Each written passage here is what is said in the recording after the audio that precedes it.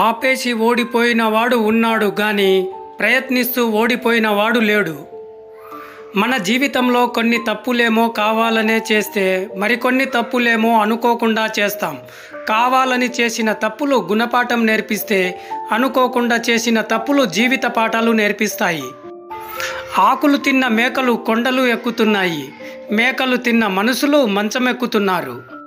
మంచితనం చూపించకు, అది నిన్ను బలహీనుణ్ణి చేస్తుంది.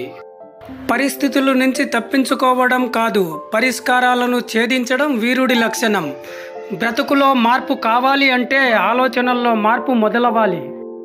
ఒకరి జీవితంలో మనం ఎంత ముఖ్యమనేది వారు మనకు కేటాయించిన సమయాన్ని బట్టి, మాటల తీరుని బట్టి తెలుస్తుంది. నిజాయితీ ఉన్న చోట మొండితనం ఉంటుంది, విధేయత ఉన్న చోట మంచి ప్రవర్తన ఉంటుంది, ప్రేమ ఎక్కువ ఉన్న చోట కోపం కూడా ఎక్కువే ఉంటుంది. ప్రాణం పోయినా అబద్ధం మాత్రం చెప్పకు, ఎందుకంటే ఈరోజు ఒక అబద్ధం ఒక బంధాన్ని నీకు దగ్గర చేయొచ్చు, కానీ ఏదో ఒక రోజు నిజం తెలుస్తుంది.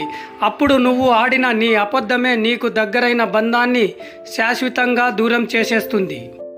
మనల్ని ప్రేమించే వాళ్ళ విలువ మనం వాళ్ళని వద్దనుకున్నప్పుడు కాదు, వాళ్ళు మనల్ని అక్కర్లేదు అనుకున్నప్పుడు తెలుస్తుంది. కోపంలో సమాధానం చెప్పకు, సంతోషంలో వాగ్దానం చేయకు, ఒత్తిడిలో నిర్ణయం తీసుకోకు, అవసరం లేని చోట అబద్ధం చెప్పకు. నువ్వు బాగుపడితే చూడాలనుకునే వాళ్ళకంటే నువ్వు చెడిపోతే బాగుండు అని కోరుకునే వాళ్ళు ఎక్కువ. మాటల్లో అమృతాన్ని పంచి మనసులో విషాన్ని దాచుకునే ప్రపంచం. జాగ్రత్త మిత్రమా. ఎవరైతే నిన్నుగా అభిమానించి అర్థం చేసుకుంటారో వాళ్ళని జన్మలో వదులుకోకండి. ఎందుకంటే ప్రపంచంలో అతి కొద్ది మందే మనస్ఫూర్తిగా ఎదుటి వారిని అభిమానిస్తారు. తల్లిదండ్రులు ఉన్నప్పుడు వాళ్ళ విలువ తెలియదు, విలువ తెలిసినప్పుడు వాళ్ళు మనతో ఉండరు. వాళ్ళు ఉన్నప్పుడే బాగా చూసుకోండి. గతం నీకు గురువు కావాలే తప్ప భవిష్యత్తులో ఎదగకుండా బరువు కాకూడదు. గాయం చేసిన కాలమే సాయం చేస్తుంది, కాస్త ఓర్పు పట్టి చూడు. అందరిలా నువ్వు ఉండాలనుకోవడం అమాయకత్వం అవుతుంది, అందరూ నీలాగే ఉండాలనుకోవడం మూర్ఖత్వం.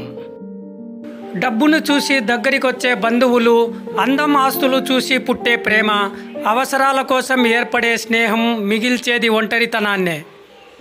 రాతలో లేని బంధం కోసం రాత్రంతా ఏడుస్తాం, రాతలో ఉన్న బంధం కోసం పగలంతా కష్టపడతాం. జ్ఞాపకాలను మరవలేము, బాధ్యతలను వదులుకోలేము. చెప్పేవాళ్ళు లేక చెడిపోవడం దురదృష్టం, చెప్పేవాళ్ళు ఉండి కూడా చెడిపోవడం మూర్ఖత్వం. కుటుంబం అంటే చెట్టు వంటిది, ఎవరికి వారు వేరువేరు కొమ్మల్లా పెరిగినా మూలాలు మాత్రం ఒకటే. కొన్ని పరిస్థితులు మనల్ని మనకు దూరం చేస్తాయి, మన నవ్వుని చంపేస్తాయి. ఒకరిపై ద్వేషాన్ని చూపిస్తూ వాళ్ళ నుంచి ప్రేమ ఆశించడం మూర్ఖత్వమే అవుతుంది.